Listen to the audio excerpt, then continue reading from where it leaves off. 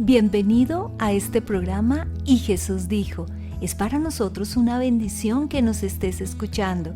Estaremos escudriñando cada palabra que salió directamente de los labios de Jesucristo para conocerlo más y nuestro espíritu crezca. Esperamos que disfrutes de este mensaje, sea de bendición para ti. Ayúdanos a difundirlo. Dios te bendiga. Hemos visto a Jesucristo recorriendo grandes distancias, visitando ciudades conocidas como poblaciones pequeñas, muchas veces olvidadas por los hombres para alcanzar las almas perdidas. El milagro que hoy vamos a estudiar solamente está registrado en el Evangelio según San Lucas. Sucedió en Naín, una aldea pequeña ubicada a 30 kilómetros de la ciudad de Capernaum. Y es la resurrección del hijo de una viuda. Acompáñame con tu Biblia a Lucas 7, versículos 11 al 17. Aconteció después que él iba a la ciudad que se llama Naín, e iban con él muchos de sus discípulos y una gran multitud. Cuando llegó cerca de la puerta de la ciudad, he aquí que llevaban a enterrar a un difunto, hijo único de su madre, la cual era viuda, y había con ella mucha gente de la ciudad. Y cuando el Señor la vio, se compadeció de ella, y le dijo: no llores. Y acercándose, tocó el féretro, y los que lo llevaban se detuvieron, y dijo: joven, a ti te digo, levántate. Entonces se incorporó el que había muerto y comenzó a hablar. Y lo dio a su madre. Y todos tuvieron miedo y glorificaban a Dios diciendo: un gran profeta se ha levantado entre nosotros, y Dios ha visitado a su pueblo. Y se extendió la fama de él por toda Judea y por toda la región de alrededor. Cristo durante su ministerio público era acompañado por multitudes de personas, y esta ocasión no fue diferente. Vemos aquí a Jesucristo recorriendo muchos kilómetros para llegar a esta aldea.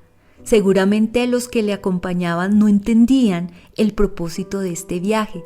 Sin embargo, por su omnisciencia, sabía que tenía que ir hasta allá para tener un encuentro con una mujer que había quedado totalmente sola, ya que su esposo anteriormente había muerto, y en ese instante iba de camino a enterrar a su único hijo. Para Jesucristo, como Hijo de Dios, nada es casualidad ni es sorpresa. Y el encuentro del Señor con este cortejo fúnebre tuvo lugar en la puerta de la ciudad. Es interesante saber que en la ley de Dios existen ordenanzas que buscan proteger a este grupo vulnerable, como Éxodo 22:22, Deuteronomio 10:18, Deuteronomio 24:17, Deuteronomio 24:19. Incluso el Salmo 68:5 dice que Dios es padre de huérfanos y defensor de viudas.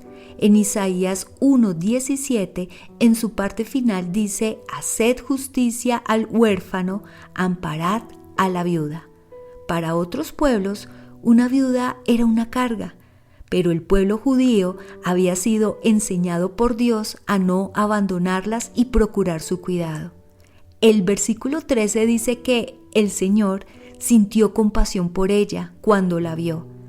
Podemos imaginarnos el dolor tan grande de esta madre, su llanto, su lamento, pues había perdido su único hijo, quien la cuidaba, quien veía por ella. Y aunque la ley decía que el pueblo las debía de cuidar, no cabe duda que en su corazón había miedo, inseguridad e incertidumbre por su futuro. El Salmo 103:8 dice: misericordioso y clemente es Jehová, lento para la ira y grande en misericordia. Este es el Señor que tenemos, no un Dios lejano, sino cercano, que no es indiferente a nuestro dolor, por el contrario, se compadece de él y está cercano para ofrecernos su consuelo, su ayuda.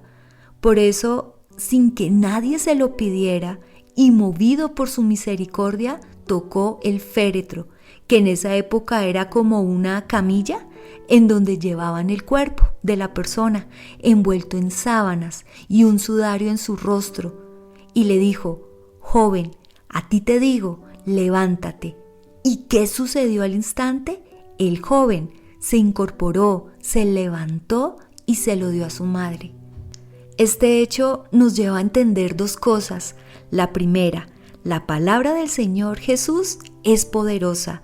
Fue suficiente para devolverle la vida a este muchacho.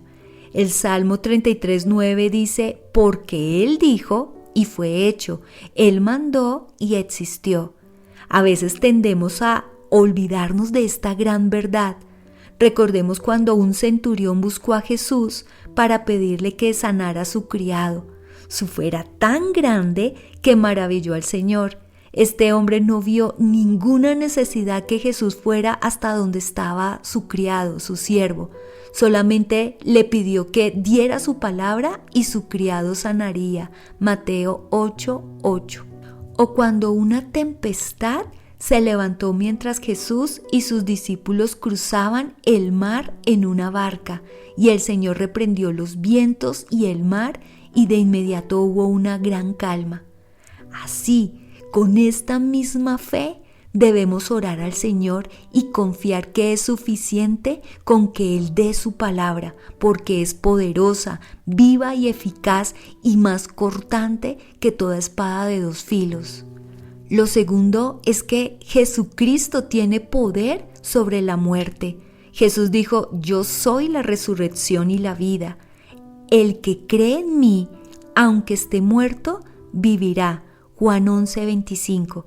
Es cierto que este joven, después de algunos años, volvió a morir, pero nosotros, los que creemos en Cristo, los que lo hemos recibido como nuestro Señor y Salvador, tenemos la esperanza, la fe, que nuestros seres queridos o nosotros mismos, después de haber muerto, el Señor nos llamará con su propia voz.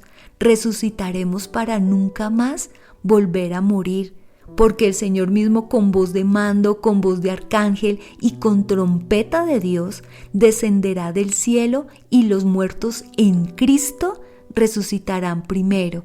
Primera de Tesalonicenses 4:16. Al presenciar este milagro, sintieron miedo y los llevó a glorificar el nombre de Dios. Dijeron que Dios había visitado a su pueblo.